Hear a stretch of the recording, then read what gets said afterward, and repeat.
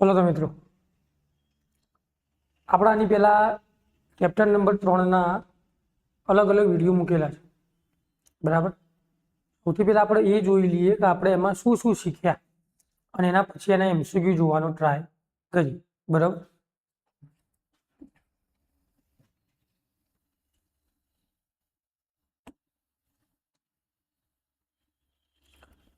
आपणे सौथी पहला धातु अने अधातु एना आपणे भौतिक गुणधर्मो जोया। शुं जोयुं ल्या? भौतिक गुणधर्मो। અને એ જ ભૌતિક ગુણધર્મોમાં કેટલાક અપવાદ હતા એ અપવાદ પણ આપણે જોઈ લીધા। આ બંનેના જો તમારે ગુણધર્મો યાદ રાખવા હોય તો એના માટે આપણે સરસ મજાની એક નાની ટ્રીક તમને કીધેલી હતી। શું લખવાનું એમાં? તો એમાં કંઈક આવું લખવાનું જુઓ। એમાં લખીશું આપણે ઘંટીમાં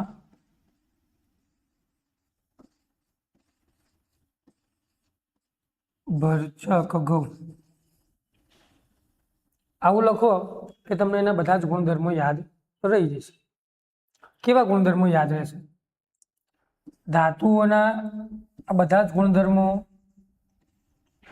પછી અધાતુના બધા જ ગુણધર્મો। જુઓ 2-3 માં ખાલી ચેન્જ આવશે।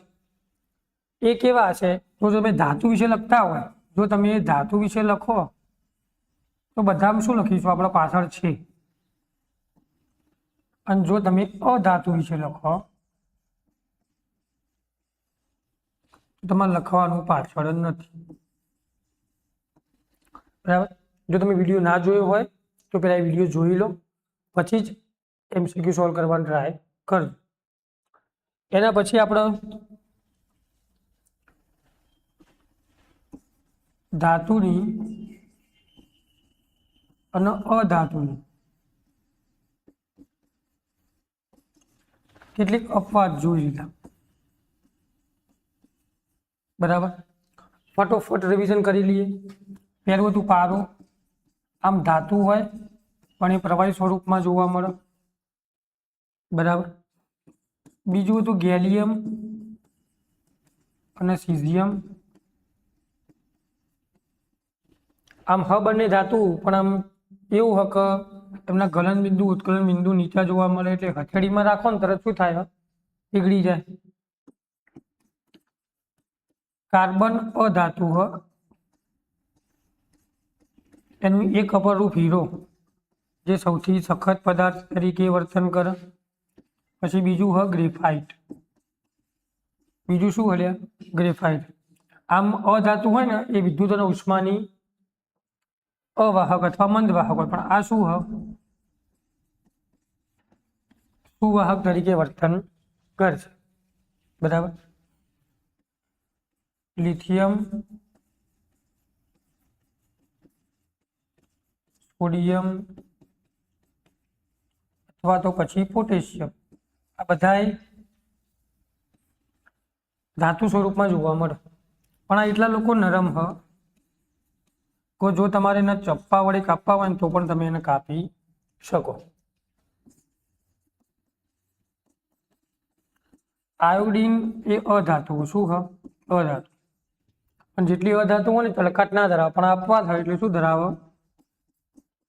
ચળકાટ ધરાવશે। પછી એવું બીજું બ્રોમિન હ। શું હલ્યા? બ્રોમિન હ। તો બ્રોમિન પણ શેમાં જ પ્રક્રિયા કરશે? અધાતુ તરીકે ઓળખવામાં આવે, પણ એ તમને પ્રવાહી સ્વરૂપમાં જોવામાં આવશે બરાબર।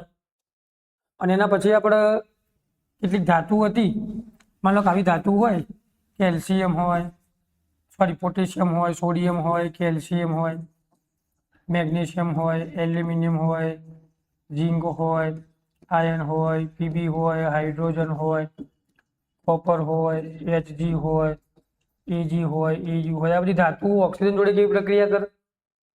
પાણી જોડે કેવી પ્રક્રિયા કરે? થોડુંક ઝડપી જોઈ લઈએ।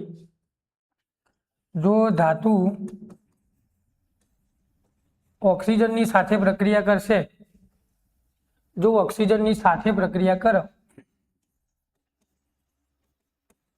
તો આપણે એવું કહી શકીએ કે આ બધી ધાતુઓમાં કંઈક નવું નવું જોવા મળશે. એ નવું નવું કેવું હશે એ આપણે જોવાનું થશે. તો નવું નવું કંઈક આવું જોવા મળશે. જુઓ, સોડિયમ અને પોટેશિયમ એ ઓક્સિજન જોડે એકદમ તીવ્ર પ્રકારની પ્રક્રિયા કરે. જો આટલું યાદ રાખશો ને તો ઘણું.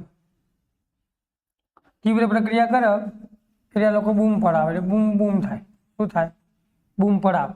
એટલે એવું કહી શકીએ બૂમ પડાવેનો મતલબ કે ધડાકો થાય. શું થાય? ધડાકો થાય. પોટેશિયમ અને સોડિયમને તમે ઓક્સિજનની જોડે લાવો એટલે જેવું હવામાં લાવો ને તરત જ એક તીવ્ર પ્રક્રિયા આપે અને એક ધડાકો થાય. એટલે હું એવું કહી શકું કે સોડિયમ અને પોટેશિયમને મારે ને કેરોસીનમાં જ રાખવાના. શેમાં રાખવાના? લે, કેરોસીનમાં રાખવાના. એ જે મેગ્નેશિયમ એ પણ ઓક્સિજન જોડે પ્રક્રિયા કરશે. આ ઓક્સિજન જોડે પ્રક્રિયા આપશે એટલે મેગ્નેશિયમના ઓક્સાઇડ બનાવે. મેગ્નેશિયમના જેવા જ ઓક્સાઇડ બનાવશે તરત જ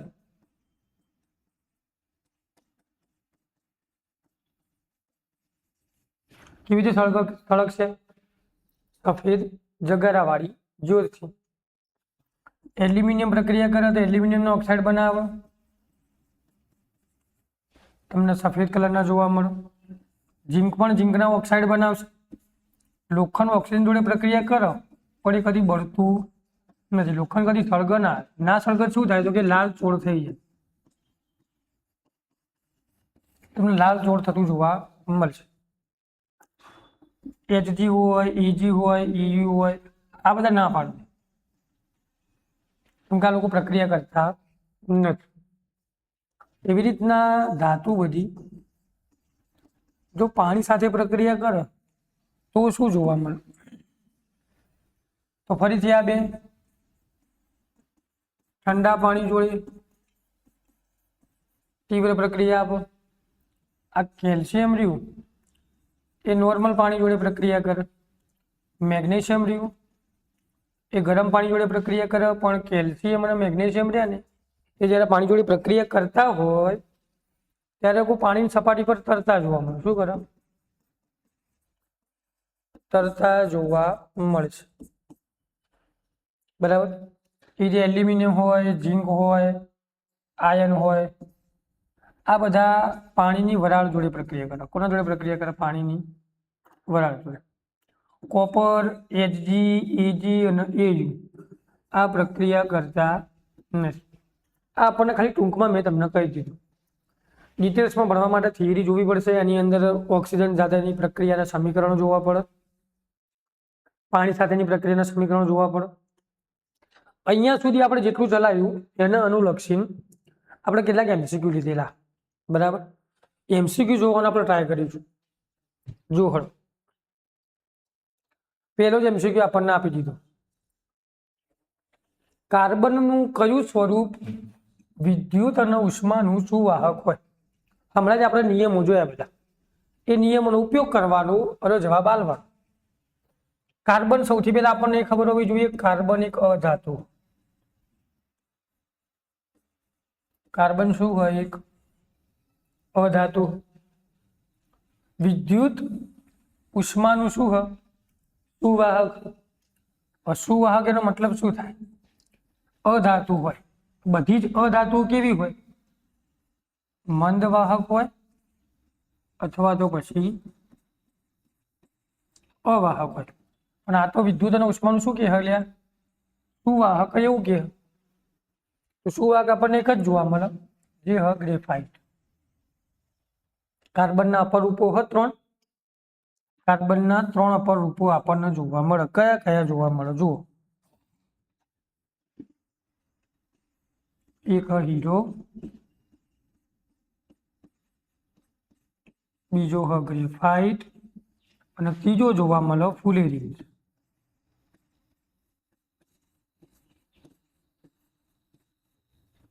બરાબર. એમાંથી હીરો સૌથી સખત પદાર્થ કહેવાય અને ગ્રેફાઇટ એ વિદ્યુત અને ઉષ્માનો સુવાહક કહેવાય. આમ અધાતુ પણ શું જોવા મળે? એકદમ સુવાહક હોય એવું જોવા મળશે. બરાબર. ચલો આગળ જઈએ. એવા જ પ્રશ્નો જો તમે આગળના લેક્ચર જોયા હશે ને તો સીધે સીધા તમને જવાબ મળી જ જશે. સૌથી વધુ ટીપી શકાય એવી ધાતુ કઈ જોવા મળે? જો તમને થોડું વાંચ્યું હોય ને તો તમને જવાબ ના આવડતો હોય ને તો તમે ઇઝી લખી તો શકો. કેવી રીતના ખબર? ધાતુ કીધી હોય તો આ બે ધાતુઓ નહીં, એટલે એ બે તો ઓટોમેટિક નીકળી જાય, ઉપરની બે વધી. બરાબર. એમાં સોનું અને શીશું, એમાં સોનું આપણે ઉદાહરણમાં લખેલું. બરાબર. ધાતુમાં લખ્યા હતા ધાતુના આપણે ઉદાહરણ લખેલા. ધાતુના આપણે ઉદાહરણ લખેલા, આવું લખ્યું હતું એમાં.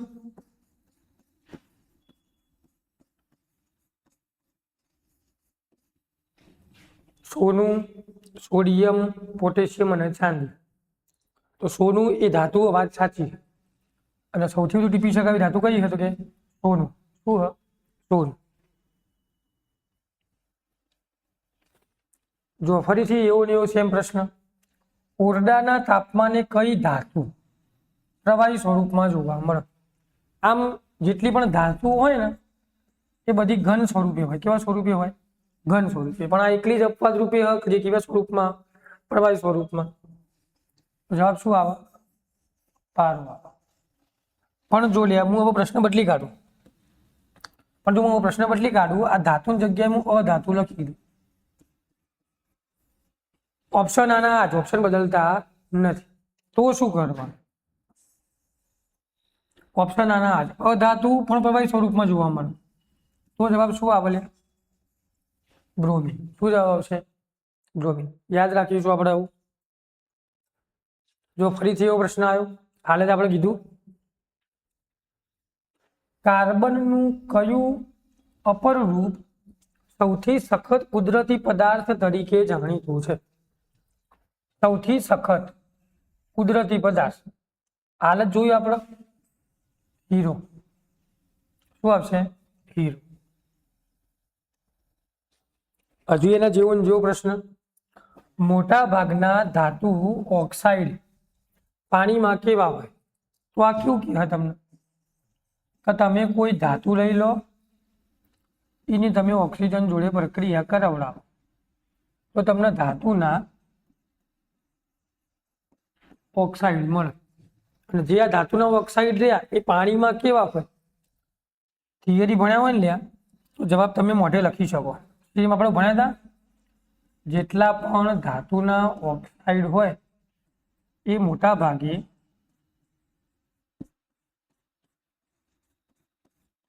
પાણીમાં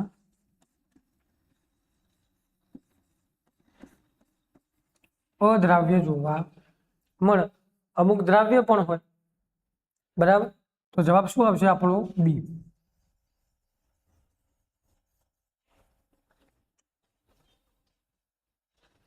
જો આગળના લેક્ચર જોયા હશે તો બધું એમને એમ જ આવડશે, બધું બેઠે બેઠું જ. પણ લેક્ચર જોવા પડશે. એલ્યુમિનિયમ હવાના સંપર્કમાં લાવતા તેની ઉપર કોનું પડ લાગે છે? હવે જો હું એલ્યુમિનિયમને હવાની હાજરીમાં, એટલે કંઈક આવું કે હલે આ એલ્યુમિનિયમ નામની ધાતુ હવાના સંપર્કમાં, એટલે ઓક્સિજનના સંપર્કમાં જ આવે તો શું મળે? એવું આપણને પૂછો. બરાબર. તો એના પર કોનું પડ ચડે? તો આપણને ખબર Al2O3 જોવા મળે. એટલે આપણને એલ્યુમિનિયમના ઓક્સાઇડ જોવા મળશે. મળે કે ના મળે? તો કંઈક આવું આપણને જવાબમાં જોવા મળશે. Option number B. આ બધી સીધી સીધી પ્રક્રિયાઓ જ છે, પણ હવે આપણે પ્રક્રિયાઓ ઇંગ્લિશમાં લખેલી, એ તમને ખાલી ગુજરાતીમાં આપો. બરાબર. જુઓ હવે HNO3 નું રિડક્શન નીચેનામાંથી શેમાં થાય? પ્રશ્નને ભૂલી જુઓ. આખો HNO3 કેવી રીતના પૂછાય ને હું તમને જણાવી દઉં. કોઈ ધાતુ જો એસિડની સાથે પ્રક્રિયા કરે, કોઈ ધાતુ એસિડની સાથે પ્રક્રિયા કરે તો એક મને કંઈક વસ્તુ આપો, એટલે ક્ષાર આપો. અને બીજું મને હાઇડ્રોજન વાયુ આપો. બરાબર. આપણે આનામાંથી બધું ધ્યાન રાખીશું. હવે આ એસિડ તરીકે તમે H2SO4 લઈ શકો, તમે HCl લઈ શકો, તમે HNO3 લઈ શકો. પણ આ ત્રણેયમાં તમને એવું તે જુદું શું જોવા મળે? જો કોઈ પણ ધાતુ H2SO4 અને HCl જોડે પ્રક્રિયા કરે તો એ આપણને નિપદક સ્વરૂપે ક્ષાર તો આપશે જ અને જોડે જોડે હાઇડ્રોજન વાયુ આપશે. બધા જ તત્વોની વાત કરી લઈએ. પણ જો આપણે આ HNO3 ની વાત કરતા હોય, જો આપણે HNO3 ની વાત કરતા હોય તો હું એવું તમને કહી શકું બધી જ ધાતુઓ HNO3 જોડે, બધી ધાતુઓ આ HNO3 જોડે જો પ્રક્રિયા કરે તો નિપજ સ્વરૂપે હાઇડ્રોજન વાયુ આપતી નથી. તો કઈ ધાતુઓ આપે? તો એ બે ધાતુઓ આપણે યાદ રાખીશું. એક Mg જેને કહેવાય મેગ્નેશિયમ અને બીજું Mn જેને આપણે કહીશું મેંગેનીઝ. આ બંને ધાતુ HNO3 જોડે પ્રક્રિયા કરે ને તો જ હાઇડ્રોજન વાયુ આપો. બાકી કોઈ ધાતુ જોડે HNO3 હાઇડ્રોજન વાયુ આપતો નથી. આવું નહીં થતું એટલા માટે એવું કહેવામાં આવે કે HNO3 એ પ્રબળ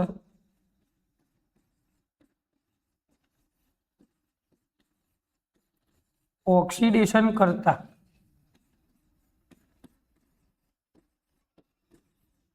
પદાર્થ તરીકે ઓળખાય. અને ઓક્સિડેશન કરતા પદાર્થ એટલે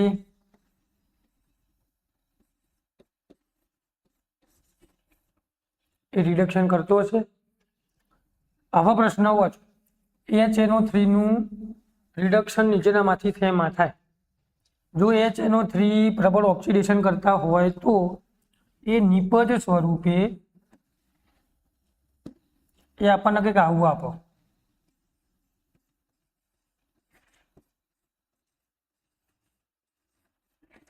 નાઇટ્રોજનના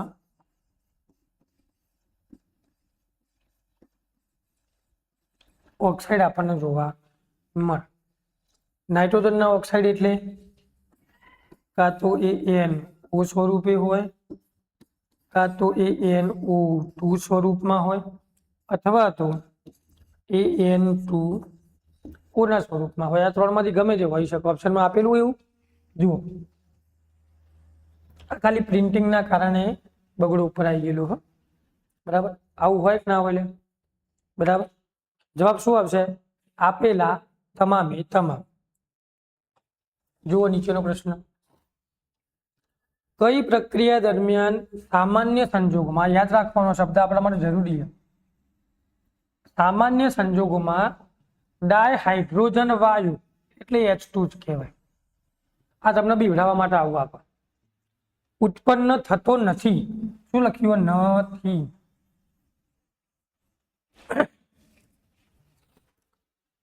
હાલ જ આપણે જોયું લે બધું. ધાતુ સલ્ફ્યુરિક એસિડ જોડે એટલે H2SO4 જોડે પ્રક્રિયા કરે, HCl જોડે એટલે હાઇડ્રોક્લોરિક એસિડ જોડે પ્રક્રિયા કરે, નાઇટ્રિક એસિડ એટલે HNO3 જોડે પ્રક્રિયા કરે, અને પાણી એટલે H2O જોડે પ્રક્રિયા કરે. આ ચાર પ્રક્રિયાઓમાં એવી પ્રક્રિયા કઈ હ કે જ્યાં તમને હાઇડ્રોજન વાયુ ઉત્પન્ન થતો જોવા મળતો નથી? હવે આપણે શું કરવાના કે હાલત તમે કીધું સાહેબ કઈ HNO3 જોડે હાઇડ્રોજન વાયુ મળતો નથી. HNO3 જોડે હાઇડ્રોજન વાયુ મળતો નથી એટલે કીધું સામાન્ય સંજોગોમાં હાઇડ્રોજન વાયુ આપતો નથી. પણ એવા અમુક તત્વો તો હ કે જે નાઇટ્રિક એસિડ જોડે પ્રક્રિયા કરે અને હાઇડ્રોજન વાયુ આપે. બરાબર, હા કે ના? હવે વાત કરીએ આપણે ધાતુ અને પાણી. કોઈ ધાતુની આપણે પાણી જોડે પ્રક્રિયા કરવાડીએ, કોઈ ધાતુ પાણી જોડે પ્રક્રિયા કરે તો આપણને ખબર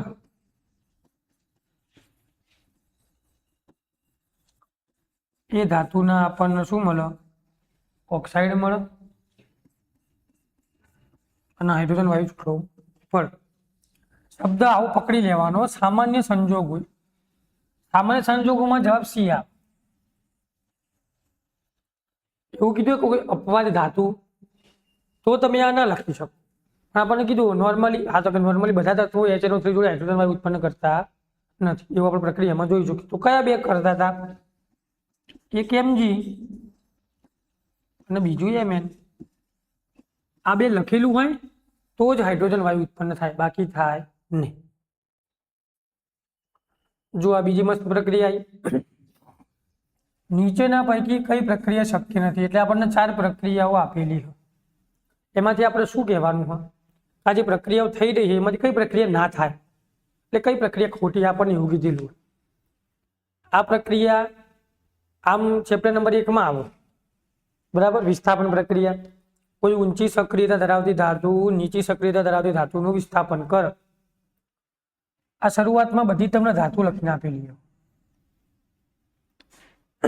તમારે એકથી બીજીમાં શું કરાવવાનું? વિસ્થાપન કરાવવાનું. તો વિસ્થાપન કોણ કરાવી શકે? જે ધાતુની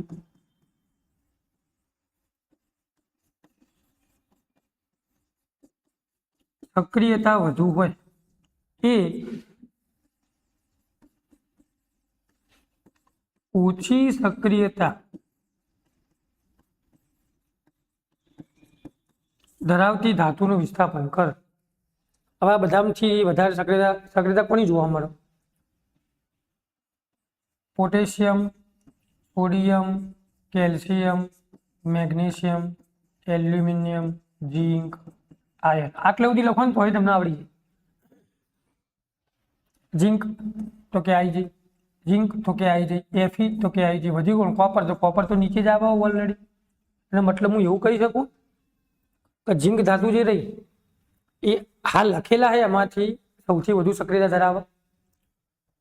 આયર્ન એ કોપર કરતા વધારે સક્રિયતા ધરાવે. તો વધ્યું કોણ? કોપર. એટલે સૌથી છેલ્લે કોણ? હા, કોપર.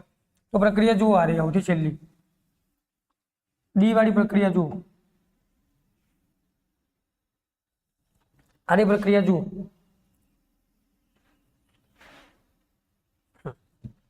પ્રક્રિયા જુઓ શું કહે?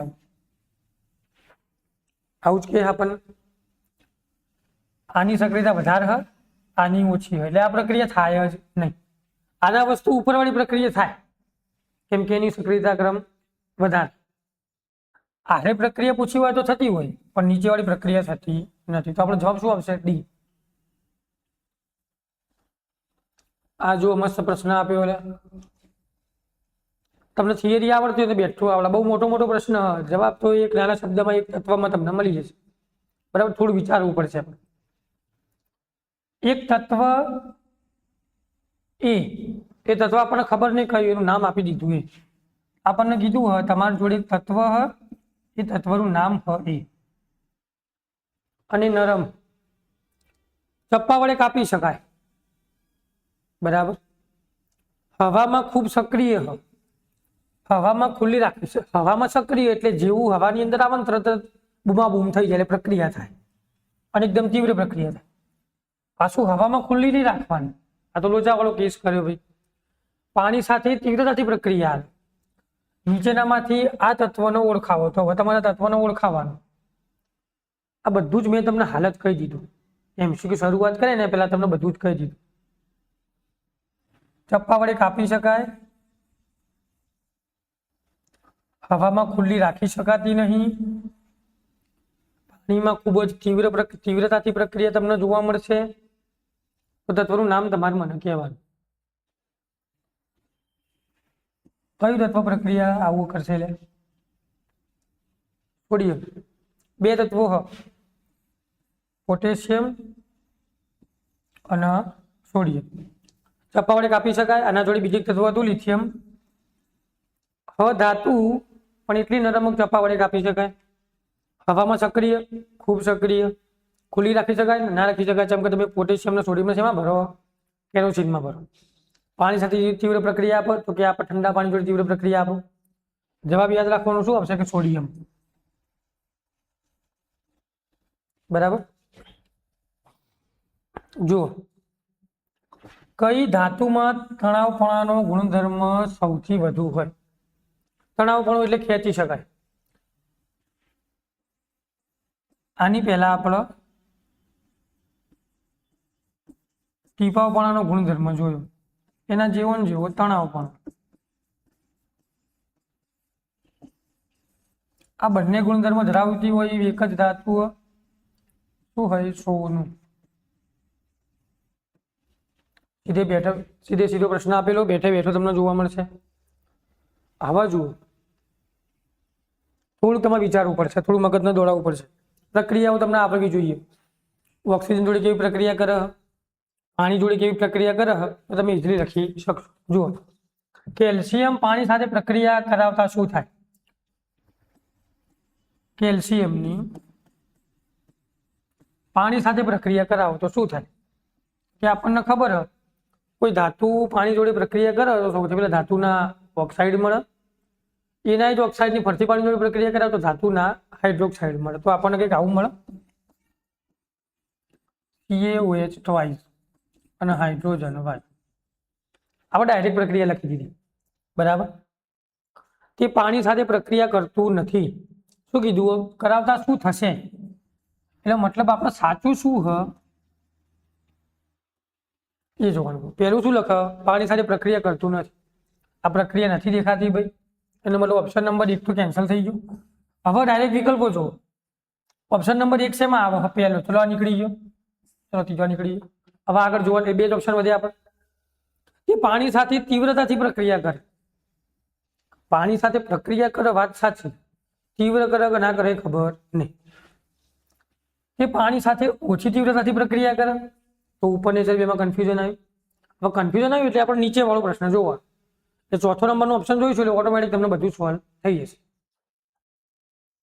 ઉત્પન્ન થયેલ હાઇડ્રોજન વાયુ, હાઇડ્રોજન વાયુ ઉત્પન્ન થયો, વાત સાચી ભાઈ. જુઓ, હાઇડ્રોજન વાયુ તો મળ્યું. એ પરપોટા કેલ્શિયમની સપાટી પર ચોંટી જાય, વાત સાચી. પરપોટા થતા સપાટી પર તરતા હતા. કેલ્શિયમ ને મેગ્નેશિયમ એ જ બે એવી ધાતુ હતી કે જે સપાટી પર શું કરતા હતા? તરતા હતા. આ બંને સપાટી પર તરતા હતા, વાત સાચી. એટલે મતલબ ચોથો ઓપ્શન તો સાચો જ છે. તો હવે જુઓ, ચોથો ઓપ્શન એકમાં જ જોવા મળે. એનો મતલબ આપણે એવું કહી શકીએ, પાણી સાથે ઓછી તીવ્રતાથી પ્રક્રિયા કરતું હશે અને હાઇડ્રોજન વાયુના પરપોટા જોવા મળતા હશે. તો ઓપ્શન નંબર ડી, ત્રીજો અને ચોથો. તો ખોટું શું થયું? પાણી સાથે તીવ્ર પ્રક્રિયા કરે એ ખોટું હા, અને પ્રક્રિયા કરતું નથી એ પણ ખોટું. પ્રક્રિયા કરશે પણ ઓછી તીવ્ર પ્રક્રિયા છે. અને જો પ્રક્રિયા કરતું હશે તો આવું સમીકરણ જોવા મળશે અને એમાંથી હાઇડ્રોજન વાયુ ઉત્પન્ન થતું જોવા મળશે. બરાબર. જો ફરીથી એવું ને એવું લોબો પ્રશ્ન આવ્યો. સામાન્ય રીતે ધાતુઓ એસિડ સાથે પ્રક્રિયા કરી ક્ષાર અને હાઇડ્રોજન વાયુ આપે, વાત સાચી. નીચેનામાંથી કયો એસિડ ધાતુ જોડે પ્રક્રિયા કરી હાઇડ્રોજન વાયુ ઉત્પન્ન કરતો નથી? જુઓ અંદર શું લખ્યું? બેઠો પ્રશ્ન હલે આપણે જોવા નહીં. કેટલી વખત ચાલ્યું? હાલ જ કીધું યા જેનું થયું છે ગમે તેવો પ્રશ્ન આવે બધું આપણે તમને લખાઈ દીધું, સીધે સીધું તમારે લખવાનું થશે. HNO3. નીચેનામાંથી કયા આયોનીય સંયોજનો નથી? આના આપણે હો ને થોડું પેન્ડિંગ રાખીશું. જો થિયરી આપણે મૂકીશું પછી તમને કહીશું. બરાબર. સામાન્ય રીતે ધાતુઓ ઘન અવસ્થામાં હોય. ચલો ગુણધર્મો આવી ગયા સીધે સીધા. ધાતુઓ ઘન અવસ્થામાં, વાત સાચી. નીચેના પૈકી કઈ ધાતુ ઓરડાના તાપમાને પ્રવાહી અવસ્થામાં જોવા મળે? ઓરડાના તાપમાને પ્રવાહી અવસ્થામાં. આવો નવો સેમ પ્રશ્ન આપણે પહેલા આવી ગયેલા, પણ એમાં આપણે આખું નામ લખ્યું હતું. Hg શું કહેવાય એને? પાર. બીજી ભાષામાં શું કહેવાય? તો એને બીજી ભાષામાં મર્ક્યુરી કહેવાય. શું કહેવાય? મર્ક્યુરી કહેવાય. ચલો રેડી. ફરીથી એવું પ્રશ્ન આવ્યો. સામાન્ય રીતે અધાતુઓ ચળકાટ વિહીન હોય. વાત સાચી, ચળકાટ ધરાવતી નથી. નીચેનામાંથી કઈ અધાતુ ચળકાટ ધરાવે? એમસીક્યુ શરૂ કરે એ પહેલા જ મેં તમને ફટોફટ રિવિઝન કરાવી લીધું. સલ્ફર, ઓક્સિજન, નાઇટ્રોજન ના આવડી. આપણો જવાબ શું આવશે? લે આવડી. આયોડીન અધાતુ છતાંય ચળકાટ ધરાવે. મોટા ભાગની ધાતુ કેવી હોય? ચળકાટ વિહીન, ચળકાટ ધરાવતી નથી. બરાબર.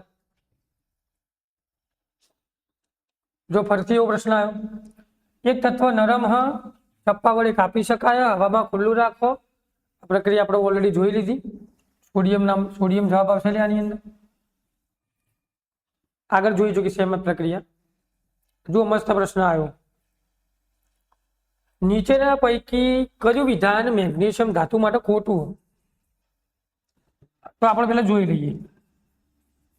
મેગ્નેશિયમ ધાતુ માટે ખોટું. મેગ્નેશિયમ પાણી જોડે પ્રક્રિયા કરે? તો કે હા કરે. કેવું પાણી હોય? લે ગરમ પાણી. મેગ્નેશિયમ ઓક્સિજન જોડે પ્રક્રિયા કરે? પેલું સફેદ જગારા મારતી જ્યોતથી સળગ. ઓક્સિજનમાં ભપકાદાર સફેદ જ્યોતિ સળગ. પહેલો ઓપ્શન સાચો. ઠંડા પાણી સાથે પ્રક્રિયા કરે? ના, તો ગરમ પાણી સાથે પ્રક્રિયા કરે એટલે આ ખોટું. ગરમ પાણી સાથે પ્રક્રિયા કરે? હા કરે. પાણીની વરાળ સાથે પ્રક્રિયા કરી મેગ્નેશિયમના હાઇડ્રોક્સાઇડ બનાવે અને હાઇડ્રોજન ઉત્પન્ન કરી શકે. ગરમ પાણી જોડે પ્રક્રિયા કરે એટલે વરાળમાં રૂપાંતર થશે પાણીનું. લે તો એને વરાળ જોડે પણ પ્રક્રિયા કરતું જ હશે. ઠંડા પાણી જોડે કોઈ પ્રક્રિયા કરતું નહીં, ખાલી બે તત્વો કરે, પોટેશિયમ અને બીજું સોડિયમ. ચલો રેડી. શું કીધું? ખોટું શું હતું? ઓપ્શન નંબર બી આપણા માટે ખોટું બન. જો આમ તો ધાતુઓ બેઝિક ઓક્સાઇડ ધરાવે. ધાતુઓ શું ધરાવે? લે બેઝિક ઓક્સાઇડ. નીચેનામાંથી કઈ ધાતુ ઉભયધર્મી ઓક્સાઇડ બનાવે? ધાતુઓ સ્વભાવે બેઝિક હોય, આપણે આવું લખ્યું તો મોટા ભાગની ધાતુઓ એ બેઝિક જોવા મળે એટલે એમનો સ્વભાવ રહ્યો એ બેઝિક હોય. અને ધાતુઓના જે ઓક્સાઇડ રહ્યા એ તમને પાણીમાં અદ્રાવ્ય જોવા મળે. અદ્રાવ્ય જોવા મળે એવું આપણે લખ્યું. બેઝિક ગુણધર્મ ધરાવે એવું આપણને કીધેલું. કઈ ધાતુ ઉભયધર્મી ઓક્સાઇડ બનાવે? ઉભયધર્મી ઓક્સાઇડ એટલે કોઈ એવી ધાતુના ઓક્સાઇડ કે જે એસિડ અને બેઝ બંને સાથે પ્રક્રિયા કરે.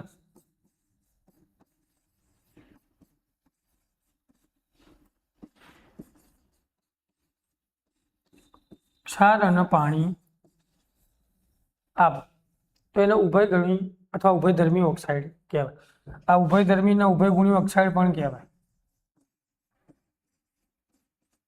ઉભયગુણી ઓક્સાઇડ તરીકે પણ ઓળખાય. એમાં આપણે પ્રક્રિયા લખી હતી. કોઈ એલ્યુમિનિયમ ધાતુની